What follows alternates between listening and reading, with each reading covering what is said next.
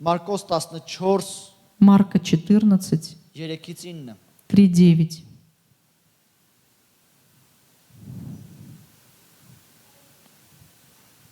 Այստեղ մի պատմություն է նկարագրվում։ Здесь описывается одна история. Երբ որ Բեթանիա էր Սիմոն Բորոտի տանը սեղան նստած, մի կին եկավ, որ մի շիշ ազնիվ յուղ թանկագին նարդոսի ուներ, եւ շիշը կոտրեց նրա գլխի վրա թափեց։ И когда был он в Вифании, в доме Симона прокаженного, и возлежал, пришла женщина с алавастровым сосудом мира из нарда чистого, драгоценного, и, разбив сосуд, возлила ему на голову. Մի թանկագին անոթ ուներ, Драгоценный сосуд был, որի մեջ յուղ кար։ где было масло. Գրված է, որ նա 300 դահեկան արժեք ուներ, 300 դահեկան էր։ И было написано, что стоило 300 динариев. Այսինքն մի ամբողջ տարվա աշխատավարձ էր։ То есть это могла составлять целая зарплата года целого. Բայց այնքան էր լցված այս կնոջ սիրտը գոհությամբ Տիրոջը։ Но настолько было наполнено ее сердце благодарностью. Ուշադրություն դարձրեք, այս կինը չէր гнացել բժշկություն ստանալ։ Обратите внимание, эта женщина не пришла, чтобы получать какое-то исцеление. Նա եկել էր որպեսի Տիրոջը երկրպագի։ Она пришла просто поклониться Господу. Եվ նա եկավ ու իր ամբողջ տարվա աշխատավարձը պատրաստ էր կոտրելու Հիսուսի ոտքերի մոտ։ И она пришла и была готова разбить весь этот сосуд всего заработанного за весь год. Եվ շարունակության մեջ ասում է. И в продолжении говорится: Կային ոմանք, որոնք իրենց մեջ դժվարացան ասելով, ինչու համար եղավ յուղի այդ կորուստը, որտեվ կարելի էր դրան 300 դահեկանից ավելի թանկ ծախել եւ աղքատներին տալ եւ շատ հանդիմանում էին կնոջը։ некоторые же вознегодовали и говорили между собою: к чему сия трата мира? Ибо можно было бы продать его более, нежели за 300 динариев и раздать нищим, и роптали на нее. Եկեք հասկանանք մի բան, որ նա իր ամենաթանկը տվեց։ Давайте поймем одно, что она дала свое самое дорогое. Պատկերացնեք, նա չէր մտածում, որ ինքը ավելորդ կորուստ տվեց։ Она не представляла, что она потеряла что-то сверх своего. Կարծես թե նա սпасել էր այդ պահին, որ երբ պիտի Հիսուսին հանդիպեմ։ Казалось, что она ожидала того момента, когда она встретится со Христом. Մյուսները մտածում են, որ դա ավելորդ կորուստ էր։ А другие считали, что это ненужная жертва была. Ված բաներ չէին առաջարկում։ Они плохого не говорили. Աղքատներին կարող էին կերակրել, Могли бы накормить бедных, բայց այս կնոջը մի բան էր հետաքրքրում։ но эту женщину интересовало одно: Երկրպագեմ Հիսուսին, поклониться Иисусу, կոտրվեմ նրա առաջ ամբողջությամբ։ полностью сломаться перед Ним, Ամբողջությամբ կոտրվեմ նրա առաջ։ полностью сокрушиться перед Ним. Կարծես թե նրան չէր էլ հետաքրքրում կողքից ով ինչ կասեր։ И ее даже не интересовало со стороны, что говорят. Նրան մի бан էր հետաքրքրում։ Ее интересовало одно: Կոտրվեմ Հիսուսի առաջ ամբողջությամբ։ сокрушиться полностью перед Иисусом. Գիտեք, այս անոթը հենց կոտրվեց։ И как только этот сосуд был сломлен, Միայն հենց կոտրվեց, как только он был сломлен, սենյակը անուշահոտությամբ տարածվեց։ полностью эта комната наполнилась благовонием.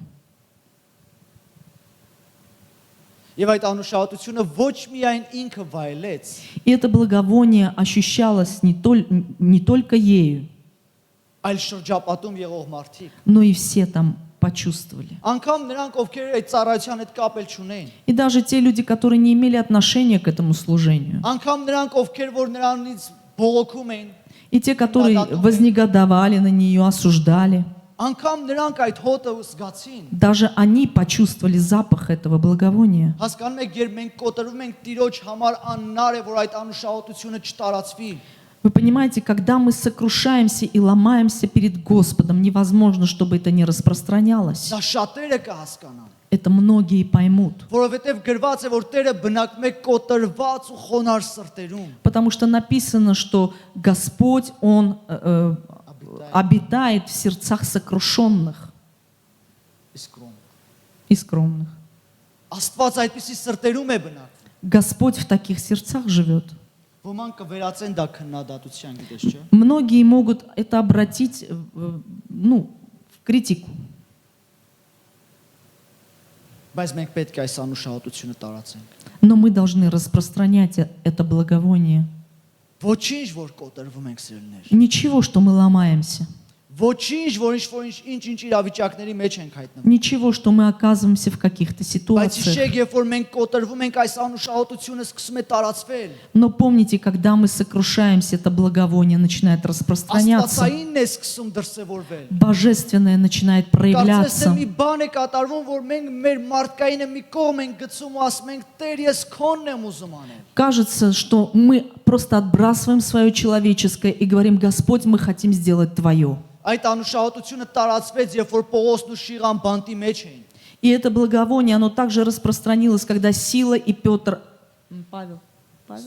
Павел были в темнице. Ու ինչ կատարվեց։ И что произошло? Այս նեղության մեջ В этих стеснениях այդ անուշահոտությունը տարածվեց։ благовоние было распространено Ամբողջ բանտի մեջ։ по всей тюрьме. Ամբողջ բանտը լսեց նրանց երկրպագությունը։ И вся тюрьма услышала их поклонение. Եվ այդ երկրպագությունից բանտի դռները բացվեցին։ И от этого поклонения открылись двери в темнице. Երբ որ մենք կոտրվում ենք, Когда мы ломаемся, երբ որ Աստվածային այս անուշահոտությունը սկսում է տարածվել, когда Божие вот это благовоние, оно начинает распространяться, կապանքները քանդվում են։ разрушаются оковы. Եվ փոխարենը բողոքելու Պողոսն ու Շիղան, И вместо того, чтобы негодовать, Павел и Сила, նրանք սկսեցին փառաբանել։ они стали прославлять. Որտեղ ուզում եմ կարևոր մի բան ասել։ Потому что я хочу сказать важное. Աստված գիտի նեղությունների ժամանակ մեր շուրթերին նոր փառաբանության երկ դնել։ Господь может вложить новую песнь, новое прославление во время наших трудностей. Եվ այդ нոր երգը սկսում է դարպասները շարժել։ И эта новая песня, она начинает разрушать ворота. Թշնամին սկսում է խառնվել։ Враг начинает убегать. Կարծես թե նրան ամբողջությամբ արդեն ոչնչացրել են, որտեղից նրան այս երգը։ И казалось бы, что он полностью уничтожен, откуда эта новая песнь. Բայց Տերը նոր փառաբանության երգ է դնում մեր Но մեջ։ Господь вкладывает в наши уста Եվ այս новое կնոջ прославление. Այս կնոջ պես կարծես թե այդ անոթի պես ջարդվում ենք եւ այս անուշահոտությունը սկսում է տարածվել։ И так же, как у этой женщины сломался этот сосуд, и благовоние начало распространяться также и в нашей жизни. Տեսեք մի երկու կարևոր բան եմ ասում ու ավարտում եմ։ Посмотрите, я еще скажу еще две важные вещи и закончим. Պողոս առաքյալը այս նեղությունների մեջ Павел, апостол, в этих сложностях ասում է 40-ից 1 անգամ 3 անգամ ինքը մտրակվեց։ было написано, что он 3 раза был избит по 40. Գրված է որ նավակոծությունների մեջ, փորձությունների մեջ, И в кораблекрушениях участвовал, и в сложностях, բանտերի մեջ, и в тюрьмах, սովերի մեջ, и в голоде.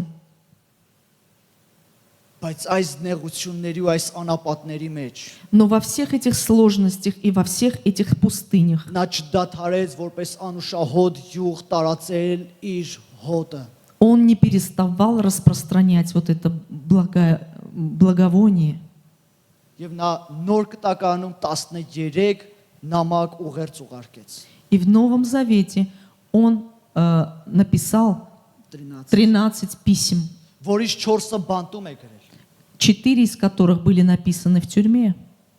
Չդադարեց այդ անուշահոտությունը սիրներ։ Он не остановился распространять это благовоние. Չի դադարի երկրպագությունը։ Не остановится прославление никогда.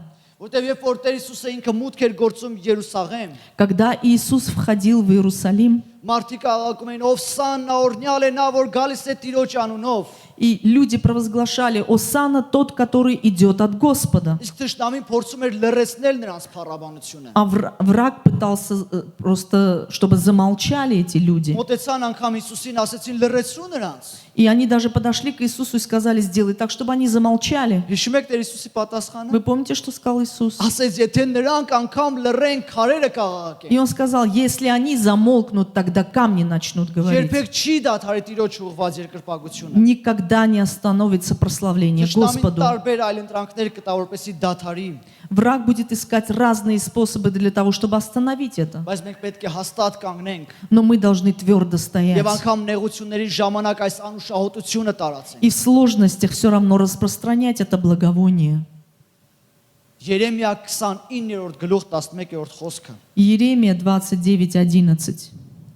Տիրոջ խոսքն է ուղված Երեմիային։ Это было Божье слово к Иеремии. Որովհետև ես գիտեմ այն խորհուրդները, որ ես խորում եմ ձեր մասին, ասում է Տերը, խաղաղության խորհուրդները եւ ոչ թե չարության, որ ձեզ տամ ապագան եւ հույսը։ Ибо только я знаю намерения, какие имею о вас, говорит Господь, намерения во благо, а не на зло, чтобы дать вам будущность и надежду. Գիտեք Երեմիան երբ էր մարգարեանում, Вы знаете, когда пророчествовал Иеремия? երբ որ Աստծո ժողովուրդը գերության մեջ էր, Когда Божий народ был в плену, երբ որ անապատում էր, когда он был в пустыне, երբ որ դժվարության մեջ էր։ когда он был в страхах и Ու նա сложностях. չէր ասում, որ հենց այսօր հրաշք կլինի, И он не говорил, что прямо сегодня будет чудо, այլ նա ասում էր այն կոտրված ու հիասթափված մարդկանց սրտերին, но он говорил тем разочарованным и сломленным людям, որ կարծես թե Տերը ասում է, ես ձեզ կանցկացնեմ այդ process-ով, կմաքրեմ ձեզ, И Господь говорил, что я проведу вас через этот процесс и очищу вас. եւ այդ չարիքը И это зло ես բարի կփոխեմ։ я променяю на добро. Որտեվ Տիրոջ ծրագրերը մեզ համար չարիքի ծրագրեր չեն, այլ բարիքի։ Потому что Божьи планы для нас не во зло, а во благо. Եվ սրան հավատալ է պետք։ И этому надо верить. Սրան հավատալ է։ Надо верить в это. Անկամ ամենախավար օրերում Даже в самые темные дни պետք է հավատանք, надо верить, որ Աստծո մոտ ծրագրեր կան, что у Бога есть планы, եւ Աստված կարող է վերականգնել։ и Он может восстановить. Ամեն։ Аминь. Քո նեղությունների մեջ В твоих сложностях տարածիր քո անուշահոտությունը։ распространяй благовоние Божие. Թող Աստվածային անուշահոտությունը տարածվի։ Пускай Божие благовоние будет распространяться. Թող թշնամին քեզ չխապի, որ վերջ։ Пускай враг тебя не обманывает, говоря, все. Ոչ դու հասկացիր, որ այդ դժվարությունների մեջ դու սկսում ես անուշահոտություն տարածել։ Нет, ты должен понимать, что в этих сложностях ты распространяешь благовоние Божие. Եվ Աստծո ծրագրերը մեզ համար И Божий план для нас ոչ թե չարիքի ծրագրեր են, — это не просто злые планы, այլ դեպի բարին սիրել, но ведут во благо, դեպի բարին։ во благо. Օրնյալ լինի Տերը, Пускай будет благословенен Господь. օրնյալ լինի Տերը ամեն ժամանակ։ Благословенен Господь во всякое время.